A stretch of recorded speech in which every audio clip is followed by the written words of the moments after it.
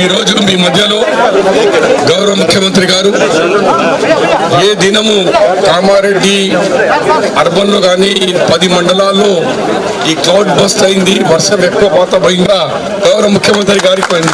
ఎందుకంటే ఇది ఎవరు అనుకున్నది కాదు. ఈ కేవలము 3 గంటల లోపలే 9 ఇంచుల వర్షం మనకు వచ్చింది. మరి దీంతో సహా గవర్నమెంట్ తో కాసా పార్టీ కలిసి గౌరవ ముఖ్యమంత్రి గారికి తెలియజేసేటువంటి ఈ కాలనీలో పోలీస్ ఆఫీసర్, మాక్సిమం కలెక్టర్ గారు, పొలిటికల్ లీడర్స్ అందరు కలిసి రాత్రి 2 బజే వరకు నిద్రపోకుండా మనం చేసినాం. అలాగే మీరు మాకు అలర్ట్ చేయకుంటే సుమారు 300 మంది ప్రాణాలు ఇదే కాదు, బీవీపేటలో కానీ, యాడారంలో కానీ, పల్వంచాలో కానీ, అలాంటి గ్రామాల్లో రాజంపేటలో కానీ, ఈ వరద చిన్నమల్లారెడ్డి, సరంపల్లి ఈ గ్రామాల్లో వరదతో 100 మందికి కాపాడినాం. అంటే మీ ఆదేశాలు గవర్నమెంట్లో మీరు ఇచ్చిన కమిటీ మీరు వేసినారు.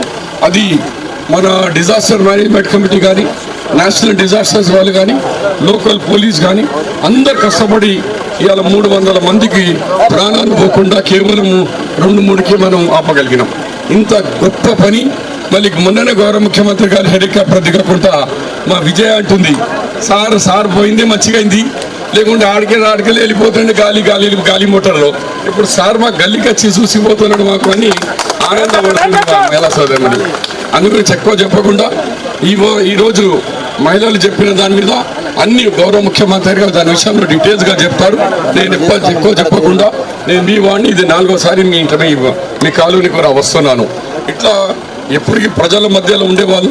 ముఖ్యమంత్రి గారు నాకు ఫోన్ చేసి చెప్పారు, నేషనల్ హైవే ఆగింది, పిల్లలకు బ్రెడ్, పిల్లలకు పాలు పంపు, మీరు ఎట్లైనా చేసుకుంటారు కానీ హైవేలో ఉన్న వాళ్ళు కూడా తక్లీఫ్ కావద్దని. ఎవరు చెప్తారండి? హైవేలో ఇరికిన ఆదిలాబాదు, ఇతర రాష్ట్రాల్లో, మహారాష్ట్ర, నాగ్పూర్ ఎవరైనా ఉండని, మన తెలంగాణ రాష్ట్రంలో రేవంత్ రెడ్డి గారి ప్రభుత్వంలో ఏక్ బి భుక్కా హై, నాకు పాలు దొరకలే, నా పిల్లలకు చిన్న పిల్లలకు బ్రెడ్ దొరకలే, ఆ మాటను వినదలుచుకోలేదు పో సీతక్క, నేను తక్షణమే అదే ముగ్గురు మేము వచ్చి మీకు సహకారం అందించడానికి ప్రయత్నం చేశాను. ఈ టైం ఎక్కువ భాష తెలియదు. మహేష్ గౌడ్ గారు మాట. అందరికీ నమస్కారం.